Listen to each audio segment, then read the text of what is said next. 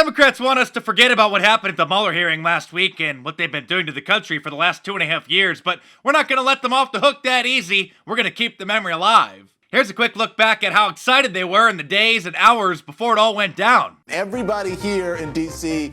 counting down to Mueller time. Pretty much whatever happens tomorrow is high stakes. High stakes hearing on Capitol Hill. The stakes are extremely high. The stakes are so high. The stakes could not be higher. We are on the eve of historic hearings. Historic testimony. Historic. This is the room where history will unfold. You really can't overestimate what is on the line for Democrats when it comes to Robert Mueller's testimony. This is a very big deal. So crucial. Really, really important, very dramatic. Mueller's testimony this morning could be their last best chance to convince the public to support impeachment. Do you think there's a make or break moment? But they've been anticipating this moment for literally years. In fact, last Christmas, the cast of Saturday Night Live sung a song to the tune of Mariah Carey's All I Want for Christmas Is You to a giant picture of Robert Mueller. Other Democrats, thinking they were clever, put together their own Robert Mueller-themed Christmas carols. We wish you a Mueller Christmas. We wish you a Mueller Christmas. We wish you a Mueller Christmas and impeachment next year. Indictments will come to you and your kin.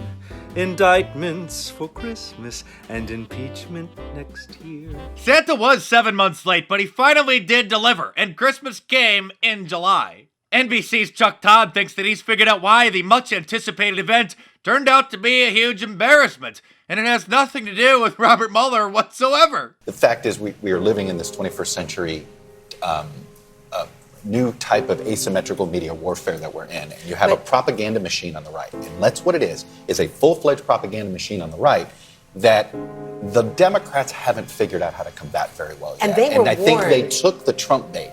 Meaning, they said, oh yeah, you're good at TV spectacles? We're going to make a TV spectacle. A full-fledged propaganda machine on the right. Hey, Chuck, well, the last I checked, Fox was the lone conservative voice in television news, up against CNN, MSNBC, NBC, ABC, CBS, Vice News, Fusion, NPR. I mean, what is that, 7-1? Not to mention the massive liberal bias by all the social media companies and the systematic censoring and suppression of conservatives and the artificial boosting of liberal messages. But like Jake Tapper said, we got the memes, man. There is another reality out there. This is the reality of the president's fans. And they deal in memes and they deal in edited videos. Thanks for reminding me, Jake, because there were some fantastic memes which came out of this. One of the best was this Weekend at Bernie's meme, which shows Jerry Nadler and Adam Schiff holding up Robert Mueller. Here's another one from the Kavanaugh confirmation hearing where Ms. Ford says, I am the worst witness ever. Robert Mueller says, hold my beer. This one was pretty good too, even though it's a little creepy. And speaking of creepy, even Joe Biden made an appearance. While everybody with an ounce of common sense now knows that there is a 0% chance of President Trump being impeached, Congresswoman Jackie Speer from California, of course, thinks that the odds just went up. I think that the speaker is softening to the idea of an impeachment inquiry to begin.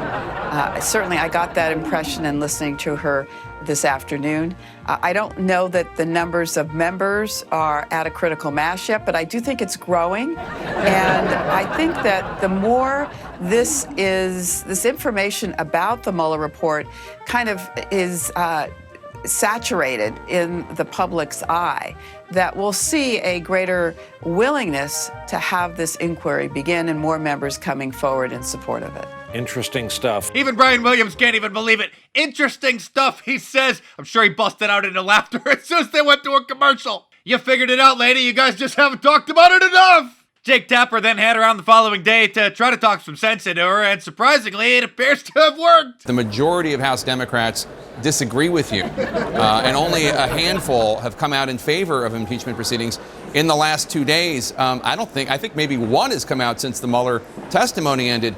If your colleagues are not in favor of impeaching him now, what makes you think any are going to change their minds in the future? I mean, we've had Mueller testify, we've had the Mueller report. What more could change any minds? So there are 94 members that have come out publicly. I would say there's easily another 20 to 30 that would, given the opportunity to do so. They're holding back in part out of respect to the speaker.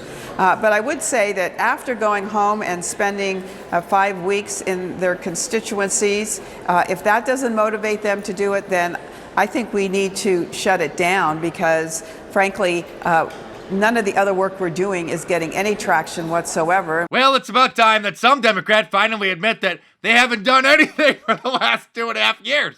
Oh, and I left the clip out of last week's video because I didn't want it to be 20 minutes long, so here it is. It's Robert Mueller admitting that he doesn't know what Fusion GPS is, the Oppo research firm that created the fake dossier. On page 103 of Volume 2 of your report, when discussing the June 2016 Trump Tower meeting, you reference, quote, the firm that produced the Steele reporting, unquote. The name of that firm was Fusion GPS. Is that correct? And you're on page 103? 103, that's correct, Volume 2. When you talk about the firm that produced the Steele reporting, the name of the firm that produced that was Fusion GPS. Is that correct? Well, I'm not familiar with that. Let me just help you. It's not a trick question. Right? It was Fusion GPS. Now, in stark contrast to the actions of the Trump campaign, we know that the Clinton campaign did pay Fusion GPS to gather dirt on the Trump campaign from persons associated with foreign governments.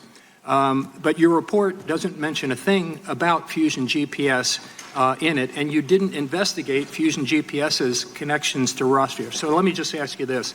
Can you see that from neglecting to mention Glenn Simpson and Fusion GPS's involvement with the Clinton campaign, to focusing on a brief meeting at the Trump Tower that produced nothing, to ignoring the Clinton campaign's own ties to Fusion GPS, why some view your report as a pretty one-sided attack on the president?